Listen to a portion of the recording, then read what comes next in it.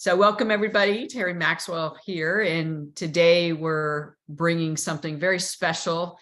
Shifco has this combination of soulful woo and business know-how, and we're always trying to balance those two aspects of our community and of ourselves. And one of the most popular courses on the core in this area is Robert's course. And so when I was looking at how the master teacher program was going and I saw his course had done so well, I was like, well, we need to have a conversation with him and learn more about him and learn more about his work. And he's been in this space for a long time. The course that he has on our platform is called Increasing Consciousness Through Body Energetics, Wisdom, and Love. But that's just a tip of the iceberg of the things that he is up to, and we'll talk about some of the things that he's up to. I'll be sharing his YouTube page and sharing his website. He's got some amazing insights, but also he has a gift, and I'm going to let him talk a little bit more about that. But Robert, I'd love to turn it over to you, and the audience is yours, and anybody that'll be tuning in after, you're really in for a treat. So Robert, take it away.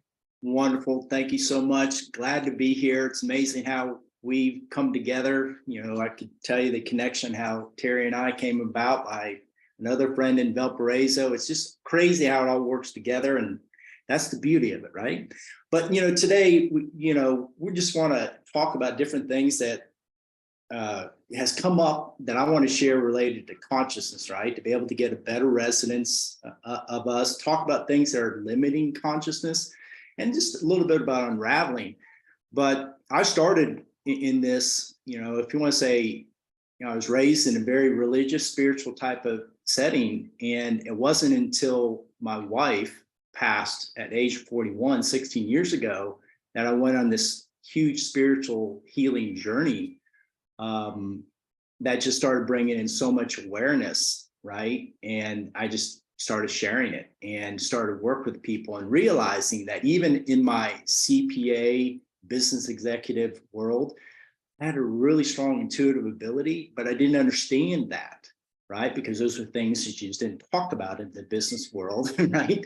But realizing that you had it and didn't, realize that until started opening up into the different practices and see that I'm extremely intuitive and that I can do certain things with consciousness that are pretty amazing, and also to read it. And that's what, we want to try to, resonate here with today a little bit more is, realizing that we all have, you want to say, an overall resonating signature frequency that does, change through our life, and our experiences.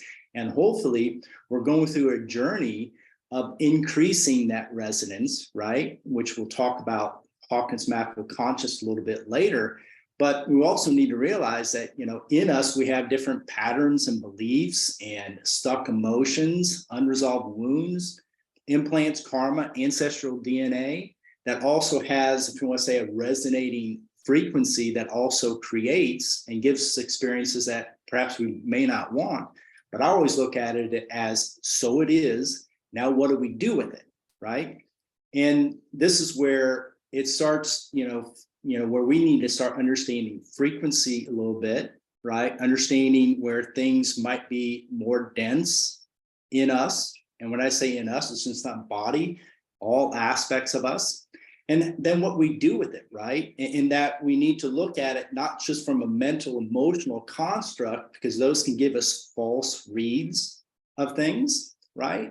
So we need to check those to see if that's what's really going on, but we can use those as great reference points. And that's the whole thing of what we're trying to do here.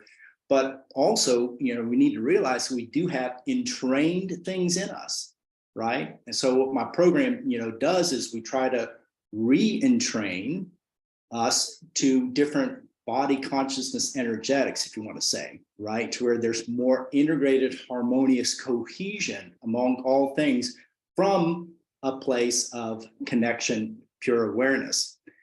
And this is where, also in my program, I call them connection practices, where there's 5 in it. And when I look at a connection practice versus, let's say, a meditation, connection practice to me is that we're more active, work with our awareness and our conscious energetics, work with the energy of things, right? In us and through us. Where, with the meditation, and not all meditations, but sometimes we use them to cope, right? To de-stress, which is good, or go to imaginal realms, which is good too. But that's just the difference between how I use them, right? So in saying that, I'm not sure if anyone has any comments or questions at this point in time, but I'll just roll right into, kind of like the next topic I had, which is awareness and mindfulness, and just kind of help explain a little bit different from my perspective of what I see of working with people, right? And consciousness, because consciousness is in all things, right? And there's an energy behind it, but there's still a conscious from that place of awareness. And when I say that, I look at us as a spark of the divine, an individualized aspect of awareness of all, right? We're that individualized aspect, we're that spark, right? And mindfulness, or being mindful, is something we do to become aware, right? Where aware is more known and innate, right? And to be mindful, we're putting our conscious attention on something or a situation. And then from that mindful place, we can then resource something, right? Stored information of maybe how to, react to something or how to work with things. Where awareness, to me, there's a more broader knowing and access to more universal wisdom in presence, in this place of understanding, from this place of inner looking, if you want to say, right? So this is where I think some of the distinguishing differences are, right, in this. So again, my program starts to retrain, re-engage you with this spark that you are in presence, right? So then you can eventually connect with more consciousness, right? And so forth. Versus, if you want to say, just the looking that we're trained to look at. In fact, what I see generally in sessions with people, I can see their awareness going to mind or ego constructs, which is not necessarily bad, but it's kind of like when we look at things up on the internet, there could be limited wisdom, limited knowledge there, right?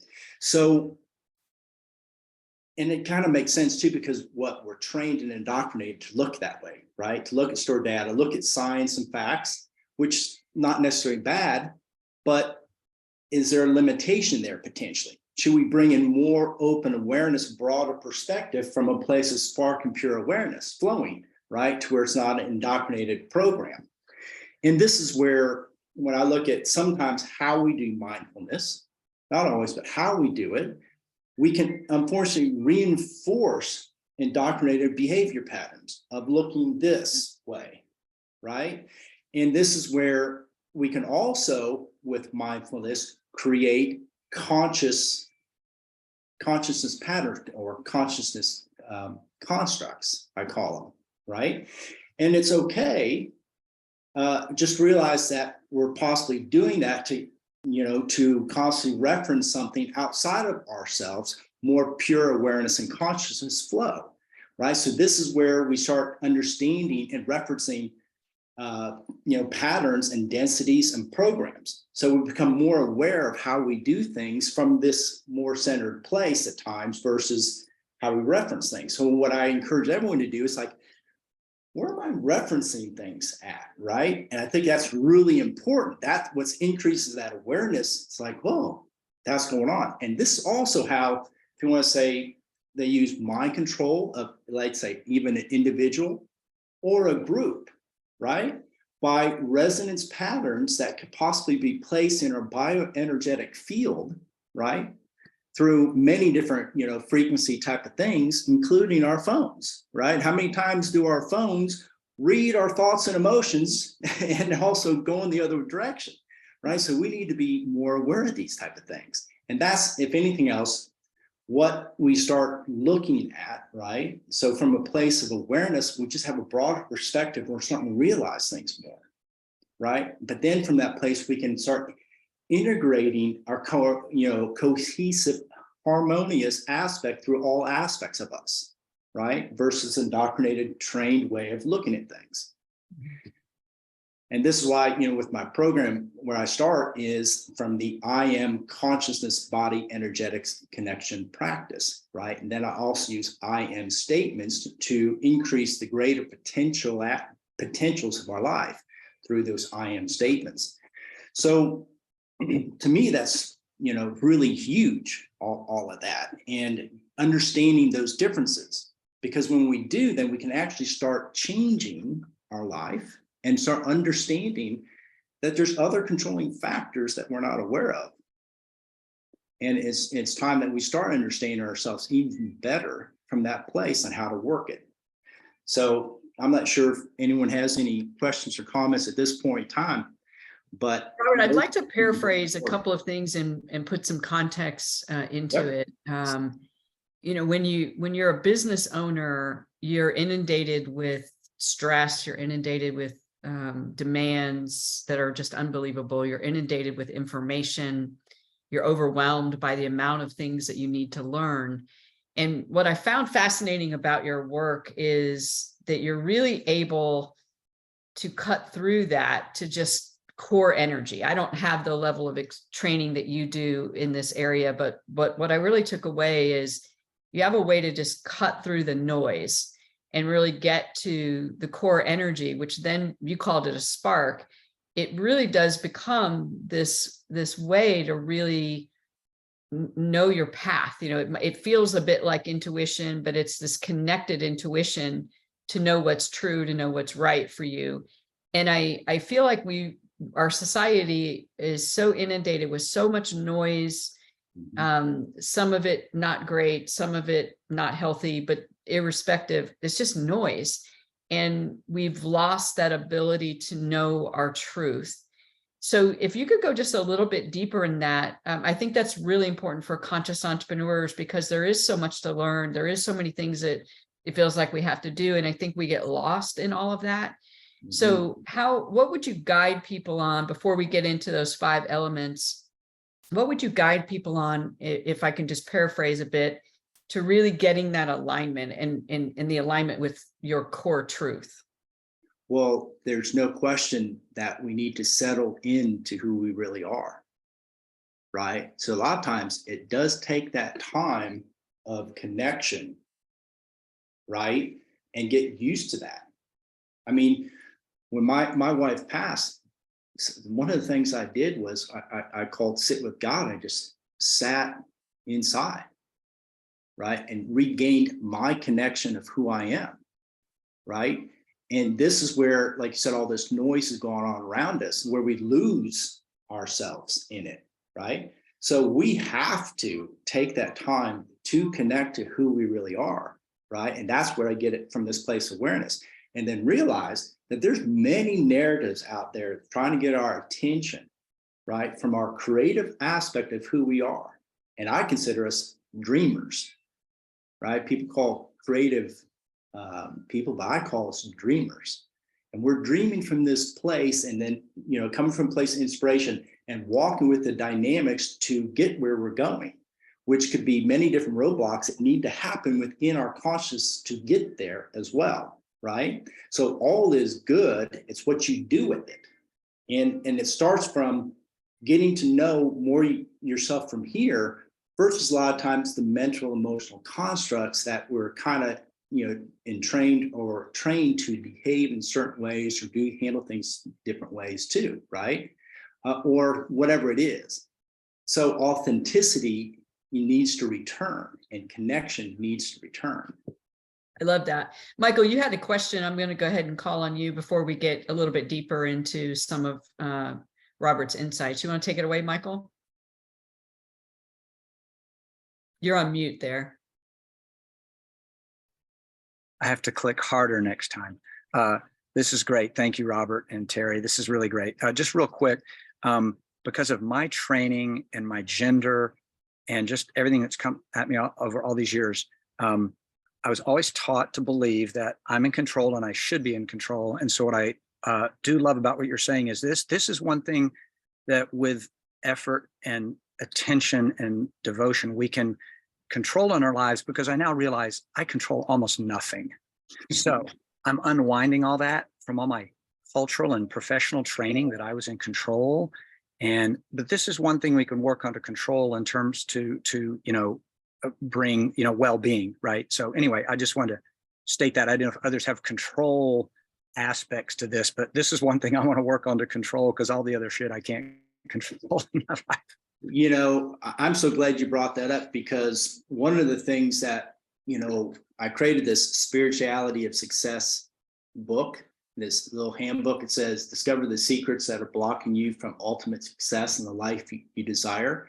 And this is now downloadable on, my course, with Shipko, but there's a whole section called Controlling and Allowing. And I think it's be perfect right now for what you said, because there is this dance with it for sure. And we got to realize we are in a dance. So there's no absolutes, this and that. It's like, no, it's flow, it's conscious, it's dancing with all that is. And that's the real key of success with all life and abundance, as far as I'm concerned. Super insightful. So go ahead. I didn't want to interrupt you, but I really wanted to bring that point home to our audience. It's so easy when you're a business owner to think it's about the business, and it's really not. It's really about the alignment to creating something through the business, and the business is an outlet of that connection. So keep going, Robert, and share some of your insights with us.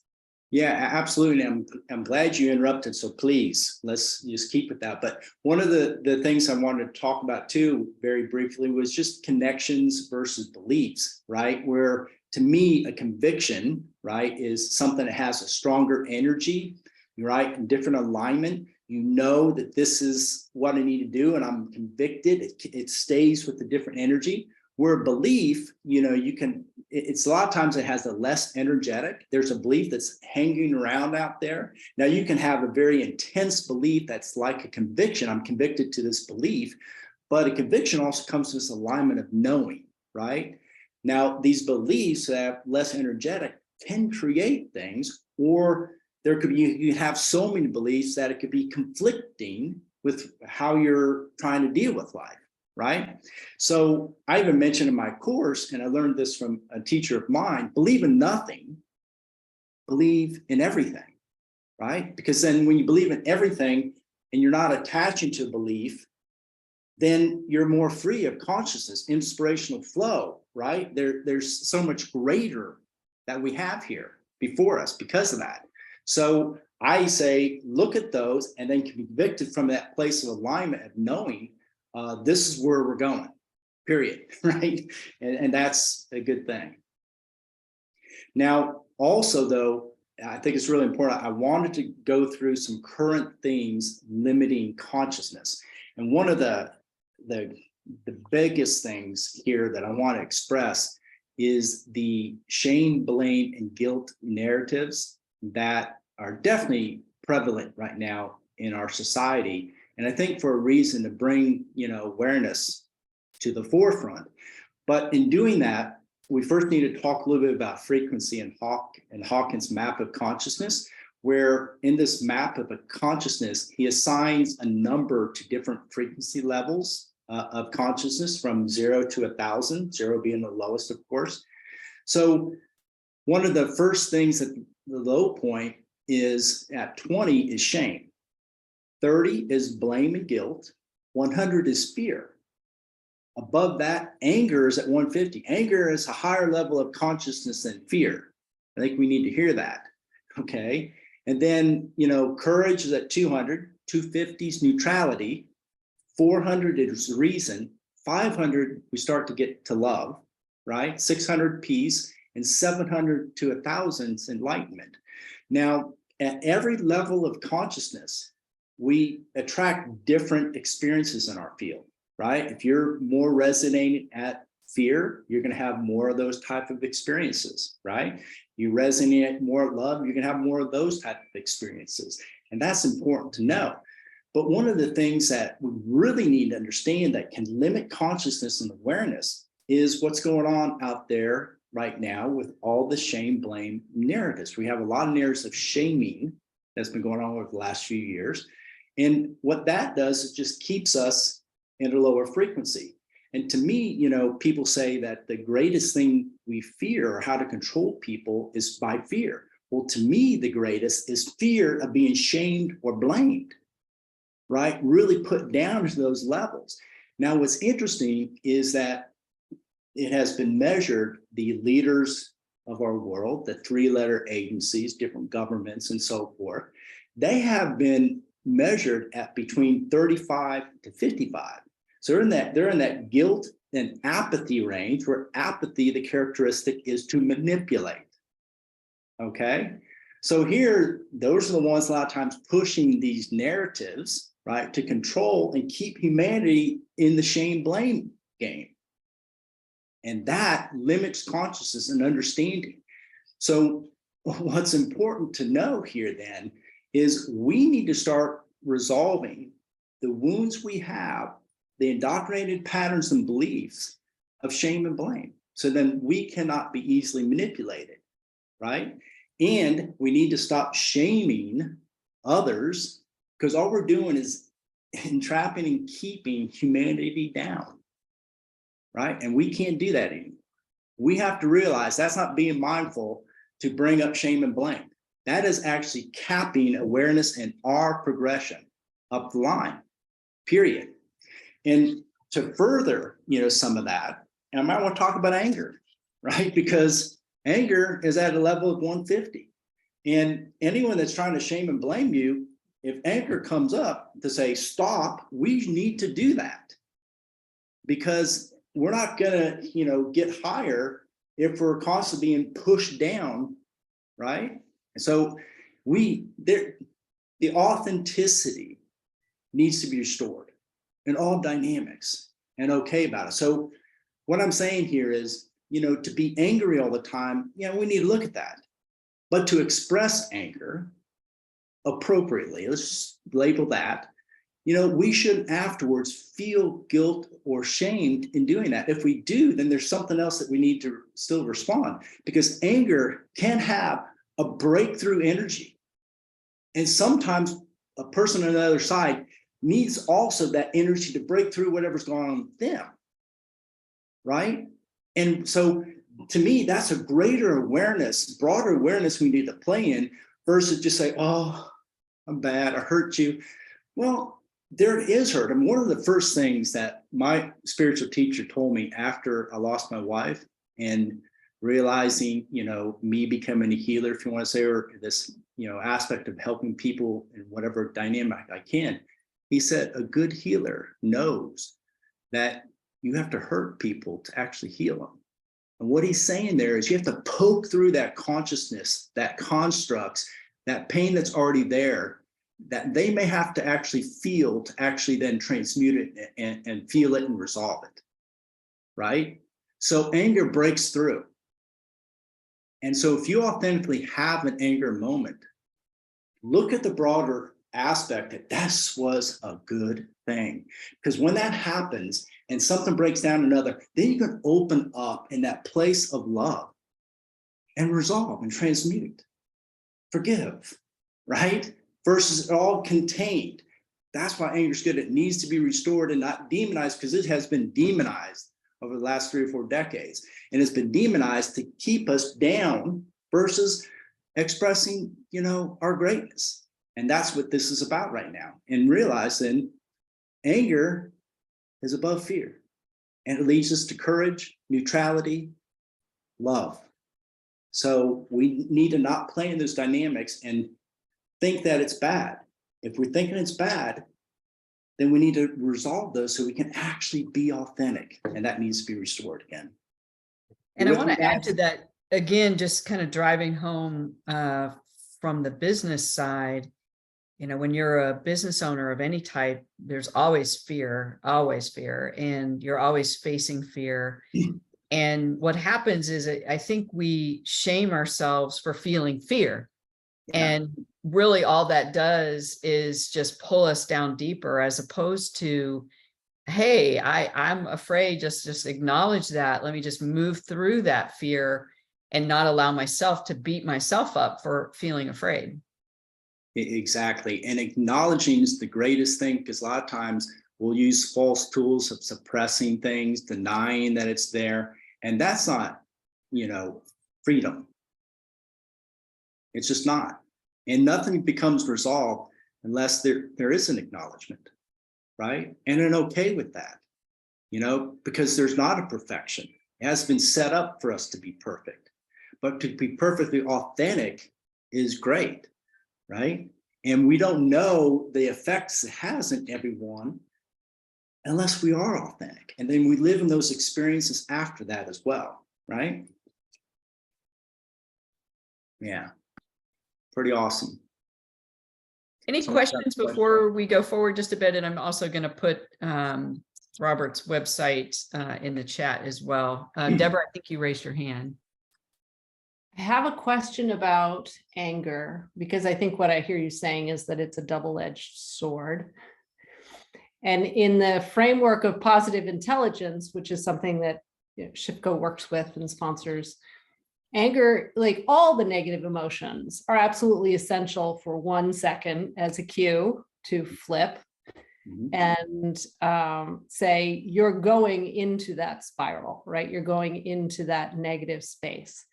And I'm curious to know if that's the framework. I don't think that's what I'm hearing from you about how to use anger. I hear you talking about it being authentic. Sure enough, if it's fiery, explosive, more than a second or two, it can serve to shut down your intentions. But I'd like to understand more from you how you see using anger. Well, I think, you nailed it there, not going down that spiral, right? The negativity, but, recognizing the authenticity, right? My point is, condemning ourselves or anyone else in the process does not help at all. It just creates another energetic stuckness, right? So whatever the dynamic is going on, we just want to be, authentic as possible. Right? And let everything, work from there. We don't want to put a cap on consciousness per se, right? No one likes anger. No one likes the experience, but no one likes to feel shame or blame either at that lower frequencies. That's what I'm getting at. That we need to realize these things do exist and that we need to be okay with it to work with it and not, put on a cap to where then there's a control and manipulation of authenticity. Does that help? And I think that makes a ton of sense. I saw another hand go up, but Michelle. Yeah, I think for me, because I couldn't accept the way in which you shared it, Robert, is because for me, too often I've experienced others' anger as being dumped, right? Dumping anger on other people. And that for me is not appropriate or acceptable. Right. Agreed. Well, I mean, just putting more caveats on this, right? I mean, so to Terry's point, whether the word be acknowledge or own it, right? I can be anger and I can not dump and say, I'm angry. Right. I take responsibility for that and use it absolutely as, I think, as Deborah was saying, an awareness. I'm angry. Thank you for kind of, not that I'm just verbalizing what's going on inside. Yes. I'm angry. So I'm almost saying to myself, good to know. And then I have the opportunity to explore, will it open my pain? And with that whole, even just staying with it, right, shifts it totally. So I just raised my hand to kind of nuance what to do with this, any of our emotions. Yes, they're all blessings, no doubt. Everything is a blessing, and everything is also very challenging. And then how we nuance it, and what we do with it, I think is key to whether it's conscious or cruel. Cruel. And I'm glad you brought it up, because this is exactly right? And that we need to look at that, because we can dump, on people, right? And at the same time, from there, then we have opportunity to do with that as well, right? So it is all this dance of what I'm getting at. But the thing is not capping, because somehow, we should be shamed or blamed to where we're not being expressive and free, right? So our whole frequency and conscious can raise and flow, right? So there are hooks and differences in that, and it's hard to explain absolutely all the different things. So that's why I'm glad both of you shared, because it does help explain it. I think Absolutely. how we express it, I think how we express it is key. So we go back to I statements, I'm angry. Well, I'm not dumping on any of you, right? I mean, does Right. anyone feel insulted when I say I'm angry? No, I mean, right? Because I'm owning that. Sure. Right. So I think there's simple tools to use it for the benefits that it has. Not harming others. Right. Yeah. And now look on the flip side, because some people might have done this. Joy is at a higher level of 540, right? And how many times that, we're really joyful. Oh my gosh. Oh, and we could potentially feel, I shouldn't be that way because, others aren't. And so that's what I'm getting at. What is our reactions in this dynamic that caps a free-flowing sense of consciousness? So we need to look at that aspect too, because being around someone so joyful can have an impact that could upset someone because of the fact that they're not joyful and they have troubles with you being so joyful. Right? That's so true. That's what I'm getting at. Yeah. And I've frequently described entrepreneurship as a fear grinder. Like every fear you have about yourself, your capabilities, your intellect, it's going to come out through the business. And, I think this contrast that you shared about even when we're happy and we're feeling successful and we're feeling joyful, then we second guess that. Well, maybe it was luck. And then we bring ourselves back down. Another hand went up. Merritt, I'd love for you to talk, and then Robert, we'll let you move on to the next segment. Well, thank you. I had a question about when I'm thinking about consciousness and applying the concepts of consciousness, I like to give myself some things to hang my hat on, and one of the questions that I love is, how is this happening for me? Right. So if I notice my anger, I notice my fear, I notice my irritation, my envy, blah, blah, blah, blah, blah. How is this happening for me? And sometimes I use this with my clients and they get irritated with me, but what do you mean now it's happening for me? But I'm curious about what, if you have something like that, like a go-to question or a go-to saying that you use with clients or that you use in your work that would, from a practical standpoint, that sort of helps you shift into more conscious awareness. Well, I think it's as simple as just saying, what's here? What's here, right? And not make it a construct where you're trying to fully figure it out from mental emotion, but just what's here, all things, right? And just what's here. And from that place of connection, it can start dissipating, right? But it's from that awareness. And that's what we're talking about here, right? I mean, there's so many dynamics, and that's what increasing consciousness is, right? Understand this dance, this awareness hooks, what's going on, to where we can all become more freer. And that's what it's about. Thank you. Yeah. Yeah. So the other thing I wanted to mention that, can limit consciousness also is from this perspective of who we identify with, or what is the identity or the persona that we put on, right? Because all of those can have programs per se, right? Collective influences and so forth, which can modify, right?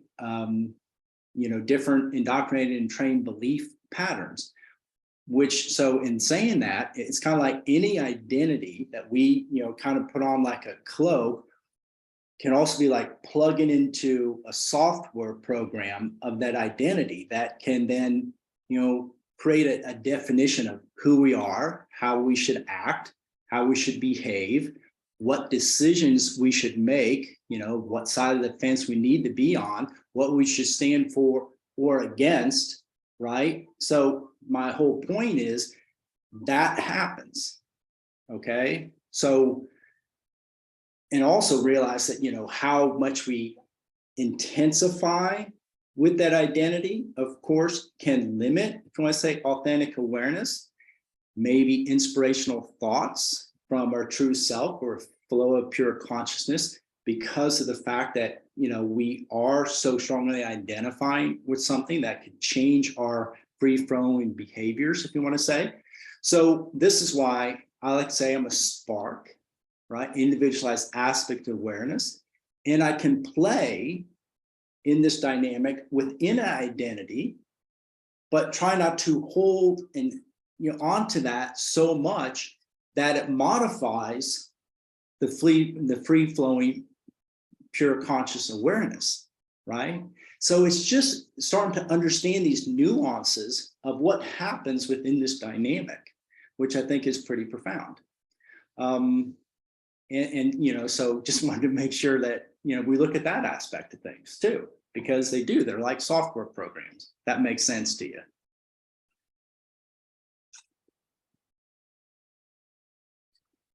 Anyway, so the final thing, just, if we look at unraveling, consciousness, one of the things that, I like to, stress is what we think is living in us or troubling us generally is not it. Because from a place of pure awareness, if that was the thing, it would be resolved. It's like anything that, is out there that's troubling us so much, and we're just constantly going over it. And then all of a sudden, we have what we call an aha moment. All of a sudden we're free of it, right? Oh, that's it, right? So what I'm saying is, if we're constantly talking about something that's limiting us, troubling us, it's not that thing. There's something else, okay? And also, as we resolve certain things in our life, right, there could still be hooks related to it. If we're still connecting with that, there still could be hooks that, from a place of awareness, we kind of look at that hook and which is a lot of times more subtle stuck consciousness, and we resolve it, right? So that, from that perspective too. And then the other thing, is if we're constantly telling our stories, right, of our woes, then this is not freedom. And to be free, we can't constantly say, mom, dad, boyfriend, whatever situation that's what's the problem in your life, right? Because there's always something more underlying how we're hooking on something. It can loop in that we need to look at again, but we can't constantly tell it because it's not freedom. It's not increasing consciousness, and we want to be happy, right? So we need to, look at something differently. So that's, kind of what I'm talking about from there.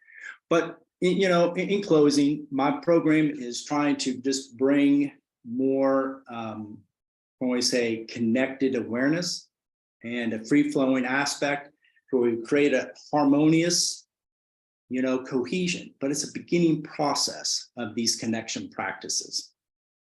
So. And I just want to drill down on this point also. As an entrepreneur, it's so easy to look at what's going wrong in our business. It's so easy to take a client who cancels services so personally. It's so easy when you don't close a sale to think you've done something wrong. But I think what I'm hearing you say is, if you can just rise above that and not get stuck in the story, and just recognize that it's all part of the flow, and it just means it's creating a space for somebody who is the right customer, you can ease through that momentary negative emotion and move yourself to a higher state. Is that a good way to sum that up, Robert? It is. And, of course, if we're constantly, there, we got to say, okay, what's here, right? And everything. And like I've shared with you before, Terry, and much of my work, inspirationally, things come in that would benefit my client that I share with them. I have them, go and use this method, this person, whoever else, because that's what comes in from the inspirational place of what needs to be the best for them. So yeah, that client that goes somewhere else, it could be a better fit, and we move on. right? For sure. Right. There's no limitation. Yeah. Michelle, you had your hand up there. Yeah, I just want to echo what Deborah said earlier, what's here for me. I mean, because I believe everything has both, and I'll use my example of cancer. Yeah, challenging. No, few people would say, it's easy. No, it was challenging, but it was a blessing. Come on, if we're conscious, we know there's always both, right? Because we grow from those times. So I'll go to Deborah, whether, I know she was asking for, what do you say, Robert? But I'll say what you said, what's here for me, since we're often seeing the negative, is a perfect, question to always ask. What I ask it all the time. What am I not seeing here? That's positive, because it's so easy to see the negative, right? Oh, for sure. I'm saying, I feel like, yeah, so I'll end with, for me, it's always both. Always both. No, And it I agree. just takes our willingness to just stay with it. And even if it doesn't come in the moment, I often say, and I'm open to receiving this whenever I'm to receive it. I don't need instant gratification either.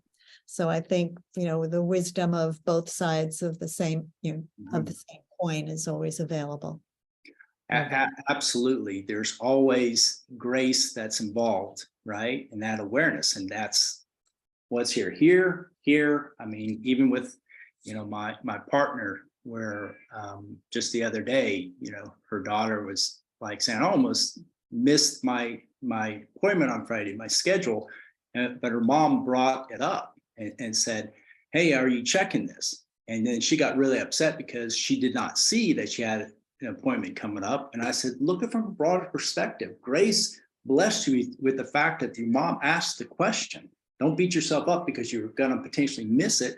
Grace is just open up to where you're not going to miss it, right? So there's no question about that. And yes, I understand cancer. That's what my wife passed from. So I get it. And life is a journey, right? For sure. Any questions before we wrap up? And I just want to remind everybody a little bit about Robert's course, but any questions for Robert while we've got him? He's an amazing resource in this area and truly a thought leader in this space. Any questions for Robert? Well, Robert, thank you so much. For those of you that are SHIFCO members, his course is called Increasing Consciousness Through Body Energetics, Wisdom, and Love. And the book that he mentioned is being downloaded into the course, so you'll be able to get access to his book as part of the course. And for those of you that are not members, because we consider ourselves part of a broader community, I'm also going to put his YouTube page where some of his work is. I already placed his website in there, but I'm going to put his YouTube page in there as well. He's got a daily video that's super inspirational that I thoroughly enjoy. And Michael, I just saw your hand go up. I'll turn it over to you. Thank you. Real quick, since we have a few minutes and we can adjourn early if we're done. But Robert, since I come, as I mentioned before, from a classic American male patriarchal world and background, I know the rest of our audience may well not have that background, but knows people like that. So I'm trying not to be selfish. Any brief comments you have about what it's like, what you've described in terms of how that's played out traditionally and how you see this today in our more authentic, conscious business community, because this is all really new to me. I'm 62, man. I got way through life without any of this showing up. So I'd love to, and I note that I'm the only, again, I'm just being classic here and apologize for any offense, but I'm the only guy here aside from you. So where are we? Yeah. Where the hell are the other guys here now? And I don't mean literally, but I hope that makes sense what I'm asking. And well, yeah, for sure. I mean, unfortunately, I had an experience where, my wife passed and I had 3 daughters to raise, right? So I had to, show up a little bit differently. And there's no question that, men do things different than women, and that's okay. It needs to be honored, right? And when we look at, we talk about masculine versus feminine, and I wrote a little ebook called Restore Feminine Power a number of years ago, which kind of talked about the little difference between masculine and feminine. And I think those subtle differences are necessary because it's different than man and woman. And I think we need to understand that too. And we should not, demonize either one of them, masculine or feminine energy, but embrace both of those. But sometimes we have to understand what that is, so we're not putting in the label of man and woman constructs and identity patterns of what has been, right? So we need to really understand that and not make it too complicated, because we like to make things way too complicated. So, at my website, there's that Restore Feminine Power ebooks, like 20 pages, and just has a few pages that explains there of what my look of masculine and feminine is. And I just want to, share, on my YouTube channel, something else that you may like and enjoy was called Fulfill Your Destiny. It's a recording I did at a workshop about 6-7 years ago that I think would be helpful. And also I have some meditations out at Insight Timer, if you're familiar with that app, that also is, important. And hopefully, we can all share them and continue, but realize, all things are good from the place of increasing awareness, from that place of awareness. It's what you do with all aspects of life. And we just keep moving along. I love that, Michael. Thank you so much for asking that question. I frequently wonder where some of my CEO friends are, and how do you lead a company in today's world without increasing your consciousness? I think it's impossible. So I'm so glad you asked that. And Michelle, I'll turn it over to you for one final comment. And then Robert, I'd love any closing insights that you have.